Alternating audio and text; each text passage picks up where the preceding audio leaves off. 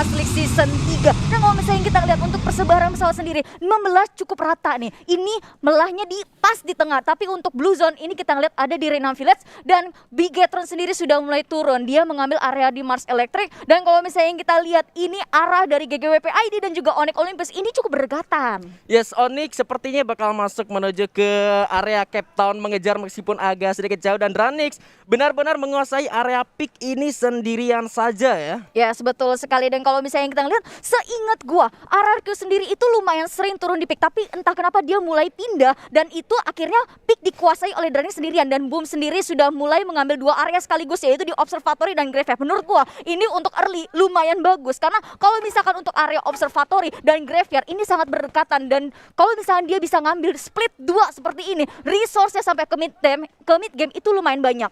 Tapi ngomong-ngomong soal early nih, sudah ada dua tim yang turun berdekatan. Di sana sudah ada First Rider dan juga Kings Esports yang bakal berebut lootingan dan ini harusnya mereka satu sama lain untuk melihat keberadaan di manakah mereka ya. Ini bakal jadi was-was juga untuk First Rider maupun untuk Kings Esports itu sendiri. Ya, kalau misalnya kita ngomongin antara First Riders dan juga Kings Esports, ini adalah dua tim yang sama-sama butuh poin besar. Dan kalau misalnya apalagi mereka ketemu berdua kayak gini dan ternyata mereka clash di awal, ini nggak akan baik untuk kedua belah pihak. Dan bener aja, kalau misalnya kita lihat dari First Riders, begitu mereka menyadari di area yang mereka turunin ini ada orang, mereka mulai narik mundur. Objektif mereka yang pertama itu sudah beres. Mereka menghindari perang di awal. Yes, dan kita pindahkan kali ini di sisi lain juga sudah ada anak-anak dari Bigetron Beat bersama dengan GGWP ID Esports yang sudah mulai masuk juga di sana. Anak-anak dari GGWP ID menuju ke arah Posinok dan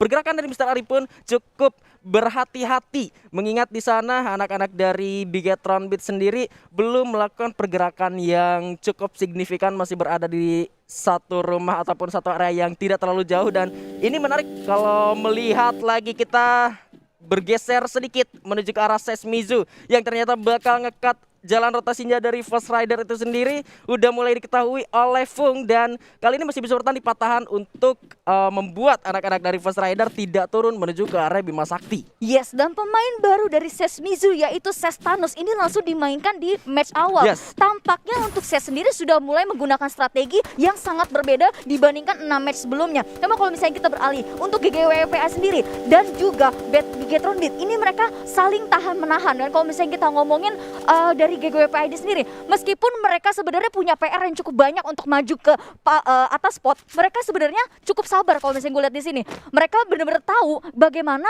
ngontrol untuk situasi. Kalau misalnya mereka ngeliat Bigetron, ditahan dulu, biarin mereka bergerak tanpa mereka sadar ada orang, dan ternyata dari Evol sudah mulai melepaskan sedikit tembakan peringatan, seenggaknya untuk menjaga kompon yang dia punya supaya Bigetron ini lebih menjauh lagi. Yes, itu tadi dari Evol sendiri dia ngancurin vehicle yang tadi sempat dipakai sama anak-anak Bigetron Beat dan sebetulnya mereka udah tahu satu sama lain.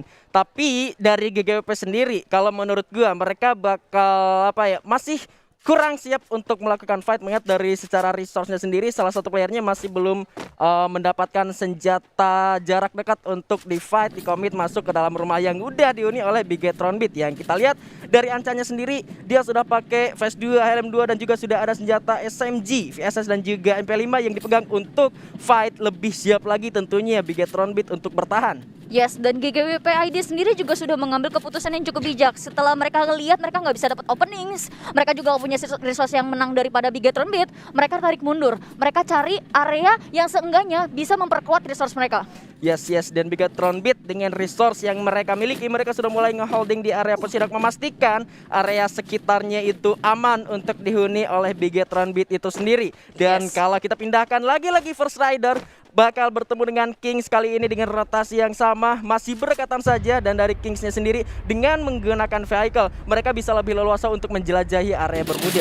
Iya, dan ternyata di sisi lain dari Boss Sniper sendiri sudah membuka tembakan ke arah Sesmizu. Yes, dimana ternyata Not Den harus sudah direlakan dipulangkan ke lobby. Jojo. Bahkan Jojo juga sayang sekali harus di-end menjadi -2 player dari Sesmizu itu sendiri. Yes, ini benar-benar kabar yang nggak baik untuk Ses karena sebenarnya mereka butuh poin untuk hari ini ya, seenggaknya untuk bisa memuncaki pot A. Dan kalau misalnya kita lihat akhirnya dari Ses karena mereka sudah kehilangan setengah kekuatan mereka, mereka cuma memutuskan untuk berjaga berjaga di dalam satu tower, berharap dari Boss Nightmare ini nggak akan maju ngehantem mereka. Yes. Ini bakal jadi kerugian kalau untuk Sesmizu ya. Jika kalau misalkan dari Boss Nightmare-nya ini benar-benar bisa ngurung pergerakan dari Sesmizu itu sendiri. Bahkan ternyata ada UAV nih yang masuk. Aduh, ini dia nih, ini yang gue tunggu untuk hari ini, mesin cepu, teman cepu kita.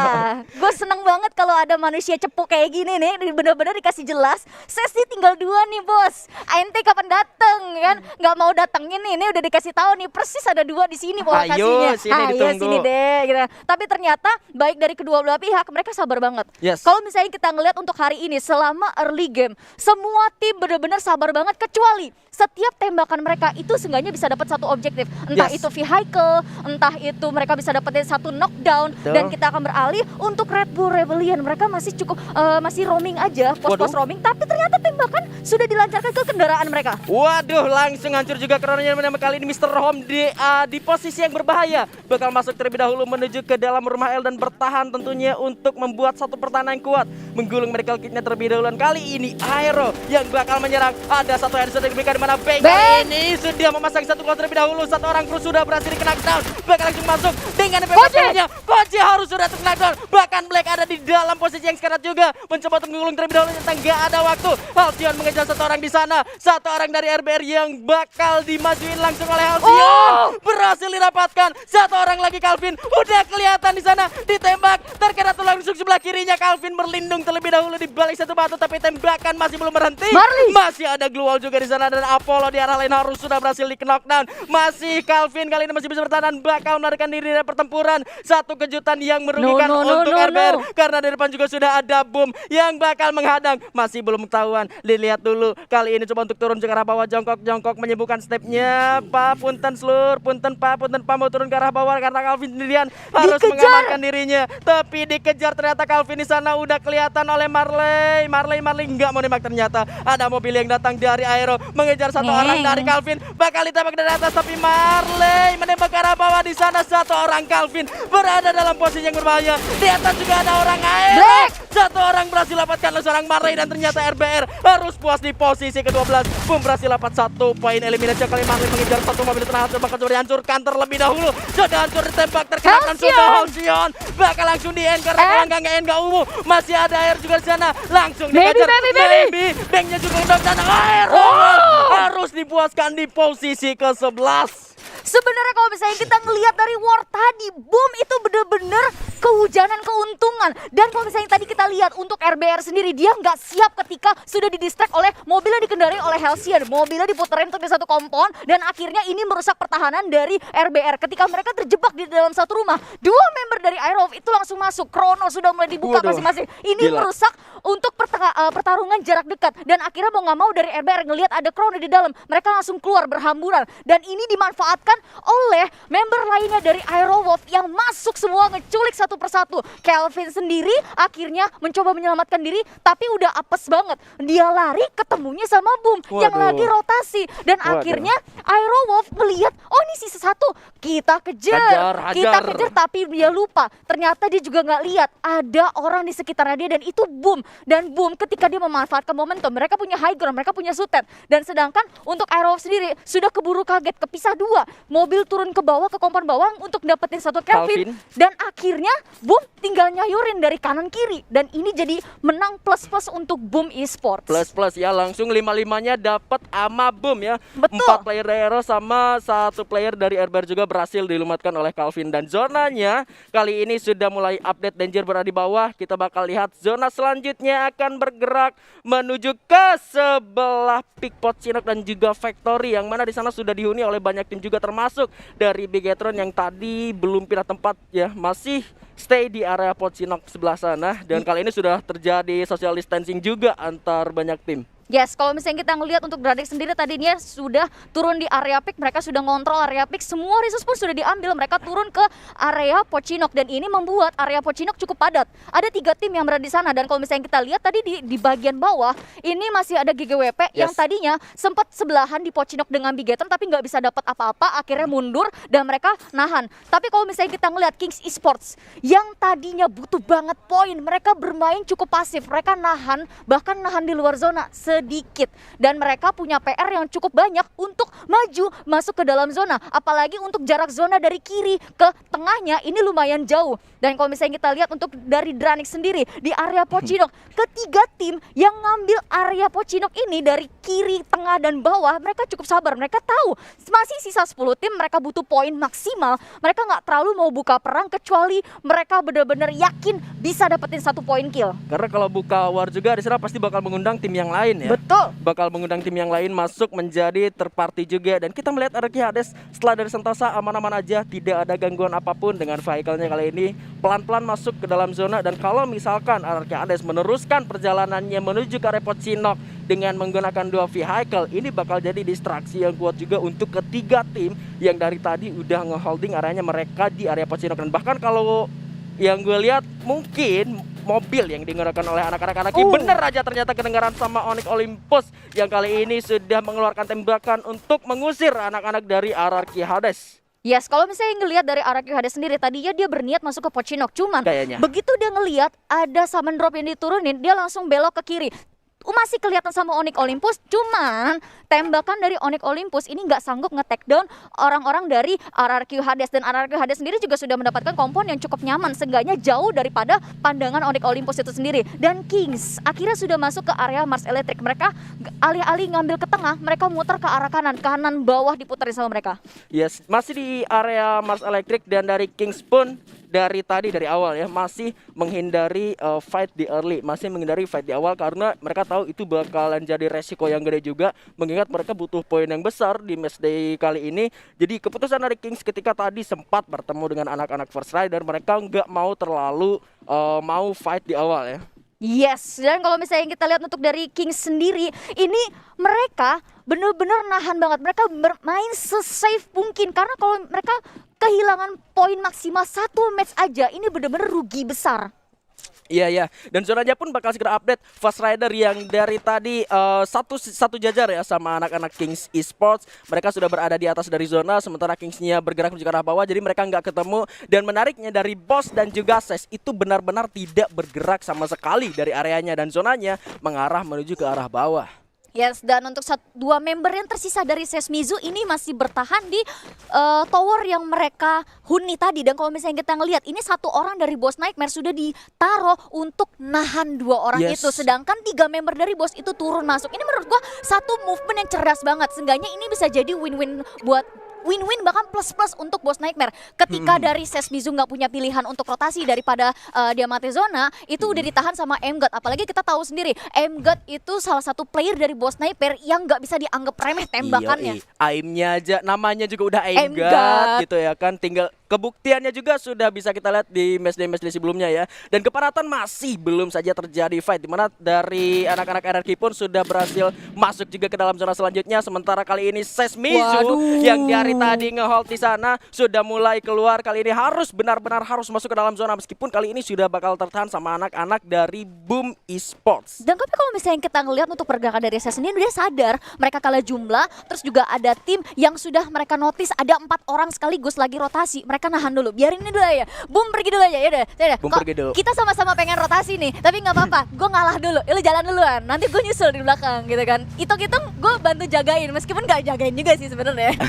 Dan ya sayangnya harus sedikit berkorban, harus tergigit zona terlebih dahulu. Dan kali ini jalan masuk dari Bumpo ternyata harus dipotong oleh anak-anak dari Boss Nightmare. Suara tembakan sudah dikeluarkan, di mana Maybe mobilnya sudah terbakar, bersiap dengan double vector, tapi Marley di arah lain sudah cukup sekarat, harus mendapatkan bala bantuan terlebih dahulu dengan Gloss dan juga menggulung Miracle Kit-nya terlebih dahulu, di mana Maybe kali ini berupaya untuk menusuk masuk ke jantung pertahanan dari Boss. 2 orang ternyata berhasil di take down dari Boom, didapatkan oleh anak-anak di First Rider, di mana Haide berhasil melihat 1 orang Maybe di sana bakal bertancam juga. Haide melihat ke arah depan sana Alnova yang bakal ditembak, namun dari Alnova berada di posisi yang tersembunyi dari Haide. Dari lain juga RRQ sudah berhasil mendapatkan straw head, bahkan motor. Ada Sesmizu di arah lain harus sudah terbakar ke lobby. Darko juga berhasil dapat poin killnya. RRQ Hades kali ini 1 orang Valence harus berhasil di take down, bakal harus diselamatkan terlebih dahulu, di mana Okaner bergerak ke luar, berhasil diselamatkan, di revive kembali Okaner. Coba dijamsut ke arah 1 Gluos di sana, 1 orang yang berhasil didapatkan, bahkan Kingsnya harus dipulangkan menuju ke lobby. 3 poin eliminasi berhasil didapatkan oleh RRQ Hades. Ini kalau misalnya gue ngelihat dari Boom sendiri itu dia lumayan terkejut karena untuk Boom sendiri mereka tadinya split 2-2. Gue ngerti maksudnya, 2 orang sudah masuk ke factory dan begitu dari 2 member yang masuk ke factory ini udah sadar kalau misalkan mereka ketemu ada satu tim dan akhirnya dari 2 yang atas nahan dulu. Mereka mencoba cari vision dari arah high ground untuk ngelihat ke arahnya bos sniper itu sendiri. Tapi ternyata 2 orang yang berjaga di high ground ini ketahuan sama First Riders. Dan kalau misalnya kita ngelihat sendiri, dan dari First Riders itu berhasil dapetin 2 takedown atas Boom Esports. Ini bener-bener nice banget. Dan bisa kita lihat dari sini Onyx Olympus tiba-tiba sudah kehilangan 2 membernya. Ini bener-bener perang di pinggir zona yang lumayan pedes banget.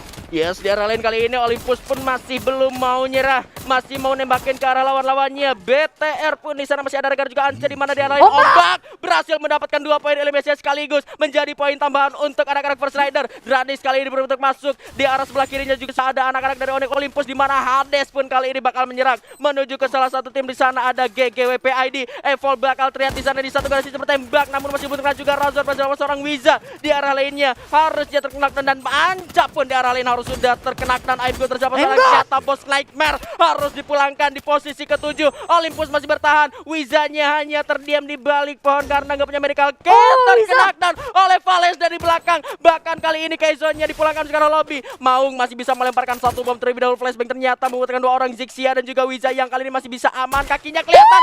Aduh, itu jempol sebelah kanannya kelihatan. Namun ternyata tembakan dari Maung masih belum berhasil mengenai seorang Wiza. Masih dengan 3 tim yang berada di luar zona kali ini belum berpindah, di mana Wizanya kali ini harus menggulung medical kitnya, minta medkit dulu. Dan Valens di arah lain ternyata harus berhasil dapat seorang Meron dengan baretanya. Regar sendirian kali ini berada di dalam glual terkunci sendirian. Regar digluolin, masuk dua-duanya dan Bigetron Beat harus puas di posisi ke-6. Wiza sudah tidak mampu menahan sakitnya zona seperti kenangan sang mantan kali ini. Maung pun harus terkena glual seorang Darkol di arah lain.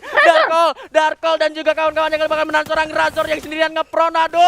Olympus harus sudah tereliminasi. GGWP ID pun cukup nyayur kali ini. Danix di posisi 4 masih dengan 2 pilihan tersisa. Legalo terancam berhasil didapatkan. Anak-anak First Rider dari arah atas kali ini mengancam seluruh tim yang masih ada di bawah. Joker berhasil mengonfirm poin eliminasinya. Souza mulai melakukan rushing menuju ke arah dalam. Souza dengan M14-nya melihat-lihat di balik keluar kali bakal berkejar oleh Souza, masuk ke dalam garasi. Satu orang di sana sekarang.